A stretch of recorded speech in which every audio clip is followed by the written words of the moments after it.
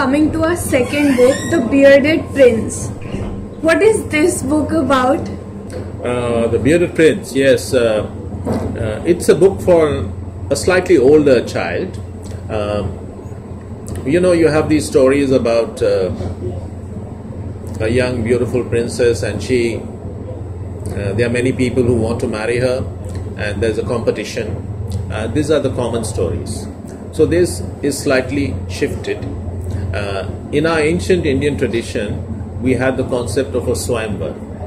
So in the swayamvar was also a way to get married for young princesses, and it was a very progressive tradition in a way, because it showed that the girl had choice. She could choose from a number of other princes who came, who is the best person, who is the person she wants to marry. So the story is about Princess Rupali, who has a dog. She lives in a corner, and she lives in a palace. The king wants her to get married, and then there are many princes who are invited. And the princess, she hates beards, because there are these bearded villains who have been creating a lot of nuisance. And one of the princes has a beard, one of the suitors. They are distinguished princes, and the princess has to make her choice.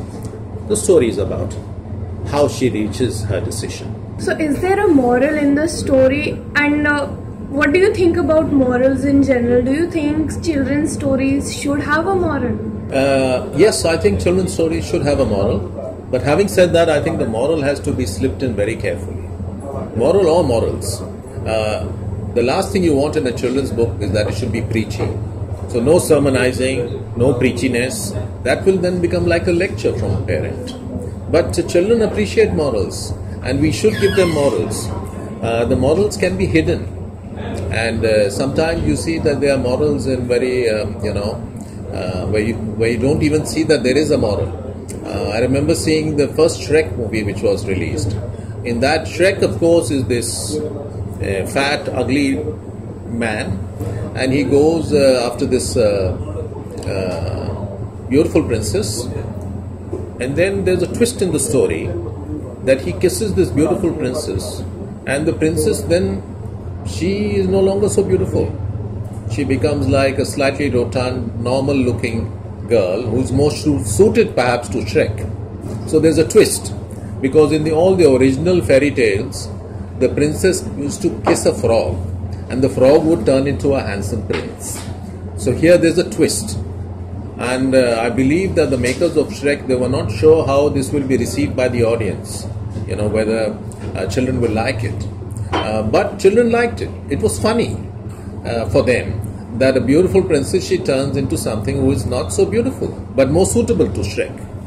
And there is also a moral hidden there, that let's not just go by beauty.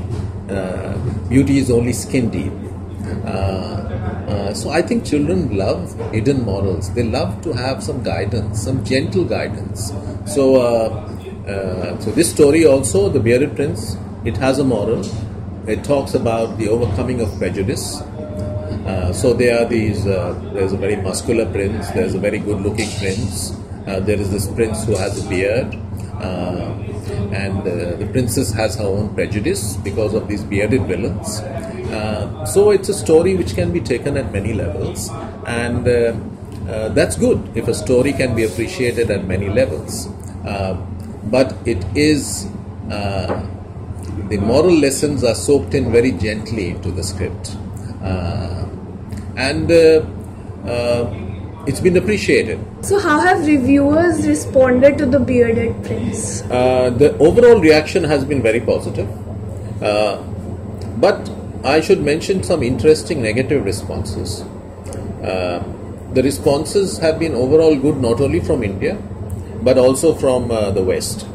So I have English readers, American readers who love the story very much. Because there's curiosity in the West, they want to learn about our ancient traditions, and they're happy to have their children read about them. So I have, for example, an award-winning author, J.R. Hawkins, who loved the book. But let me mention some interesting negative reviews also. Because in India, for example, we are living in many centuries at the same time.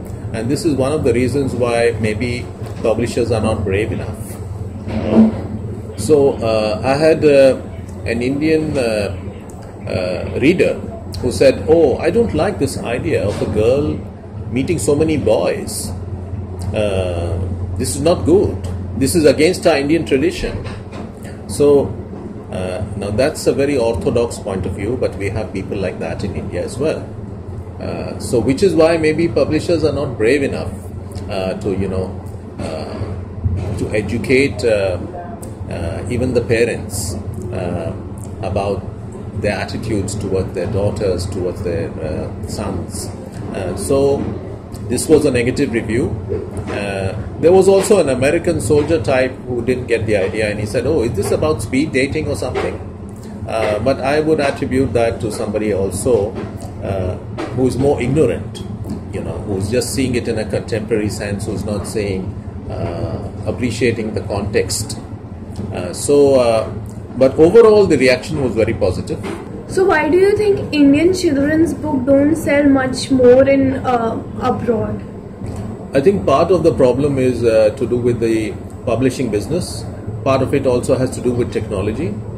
For example, if you publish a book, if Penguin publishes your book in India, it doesn't mean that your book's copies will be available all over the world.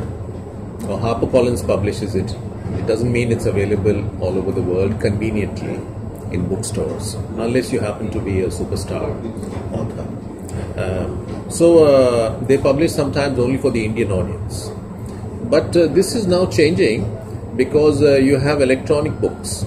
So the Bearded Prince, for example, lots of people bought it on Kindle. Now compared to that, The Three Greens is also a very interesting story. But the publisher has been a bit lazy. He hasn't taken it out in a Kindle version.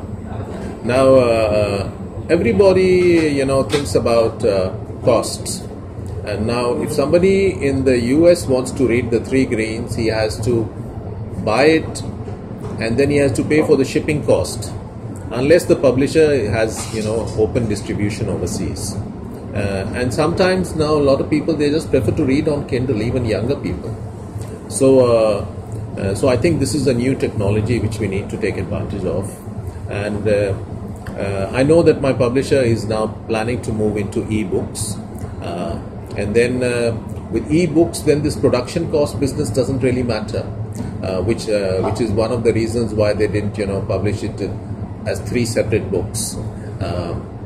So that is also changing the way books are going to be received all over the world. So are you planning to write any other children's book? And if yes, can you give us a gist about it?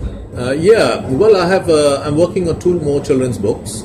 I believe in cross-fertilization. So one of the books is going to be called The Sleepless Beauty. So you've heard about the Sleeping Beauty, and this is going to be the Sleepless Beauty. And so it's going to be about a Himalayan princess, a princess who lives in an Himalayan kingdom, who cannot get to sleep. And there are some reasons for that, why she cannot get to sleep, and how will she be cured. There's a second book which I'm working on, which is about a group, like an adventure group, the Fabulous Four, which has a multinational cast. So there's an Asian, there's a European, there's an African, and there's a Middle Eastern boy, and so it's boys and girls. It's under the leadership of a girl. So that's another adventure story which I'm working on, and I hope to get both of these out in the next couple of years. So can you talk a bit about films for children? Thank you, Ananya. That's a very interesting question. And here again, I'll say that just like the publishers, the filmmakers are also not brave enough. For example, there's a film made on Hanuman for children, which was very well made. It was also very successful. But that is, according to the traditional line which we are following. So there might be films made, other sequels on Hanuman, but we need to explore more territory. Children films not only children's books are big business in the West, but children's films are also big business, not only in the West but all around the world. I am quite positive about the future because I think we are a very creative people in India. But so far we are, Bollywood is the only film industry in a way you can say which is giving takkar to Hollywood. I think within Asia, India has the greatest potential because we have such great heritage, but we need to combine it with modern thinking. I see a good future if we push the boundaries. So you talked about the Fabulous Four, right? What is that book about?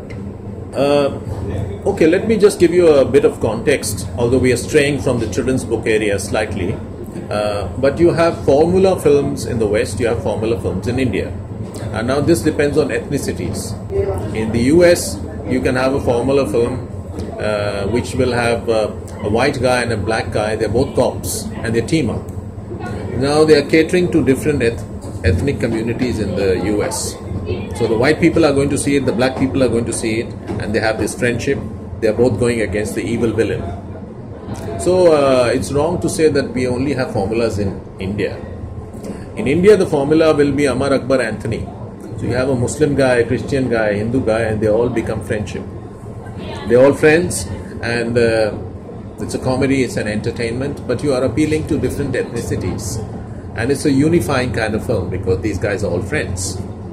But the world is now becoming globalized. Now I think that in the future, children's book will also have to cater to different ethnic communities across the world. Harry Potter is an exception. Now Harry Potter also, together with the Wimpy Kid, is very successful in India. If you look at the bestsellers, Harry Potter is there, Wimpy Kid is there, and then you have Indian authors like Ruskin Bond, Sudha Murthy, the Sita story, the Mahabharata, Ramayana, and you have other books. But I think in the future, the Western model is not going to work anymore because it's shifting. So which is why the Fabulous Four, although it's a children's book, it has a multinational and multi-ethnic casting. So children all over the world are included in this planned venture. So there's somebody who Indians will be able to relate to, there's somebody who Chinese will be able to relate to, there's somebody who Europeans will be able to relate to, and they make a team. So now I think we are stepping out of an age where children will be interested, in knowing what scones are about. When we were growing up, we were very interested, what are these, famous five eating, they're having scones and they're having marmalade, things which we may not have known much about.